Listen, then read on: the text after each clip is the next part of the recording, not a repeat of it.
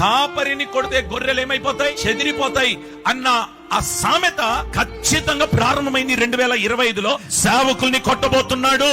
గట్టిగా నోరు తెరిచి మాట్లాడితే, గట్టిగా స్వరం ఎత్తితే వెంటనే వారికి నోటీసులు ఇచ్చి తీసుకుని వెళ్ళి చెరసాల్లో పెట్టి, ఆ అజయ్ బాబు అనే దైవజనుని తీసుకుని లోపల పెట్టి గుండు కొట్టించి కాలుకు చెప్పులు లేకుండా ఆ మండుతున్న ఆ రాయి మీద నిలబెట్టి ఇదిగో ఒక బోర్డు ఇచ్చి ఏమిటి అవమానపరిచినారు. బైబిల్లో ముందే రాయబడింది, నా నామము నిమిత్తము నిందలు అనుభవిస్తారు, మిమ్మల్ని దూషిస్తారు, మిమ్మల్ని హింసిస్తారు, చెడ్డ మాటలెల్లా మీ గురించి పలుకుతారు. ప్రారంభమైంది అది.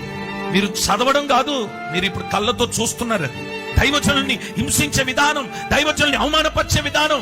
ప్రవీణ్ పగడాల గారి యొక్క ఆ కార్యాలు లేదా సన్నివేశాలు మీరు చూస్తున్నారు కదా. ఒక నీతిమంతుడు, ఒక యథార్థవంతుడు, ఒక సాక్ష్యం కలిగిన వాడు, ప్రపంచం వ్యాప్తము ఆ సువార్తను ప్రకటించాలని ఆరాటము కలిగిన వాడు రక్తము చెందిస్తే రక్తం వ్యర్థమైపోతుంది అనుకుంటున్నారా? ఆయన బ్రతికున్నప్పుడు క్రైస్తవులు విన్నారు ఆయన సువార్త. ఇప్పుడు ఆయన చనిపోయిన తర్వాత అన్యులు వింటున్నారు ఆయన సువార్త. Download ShareChat.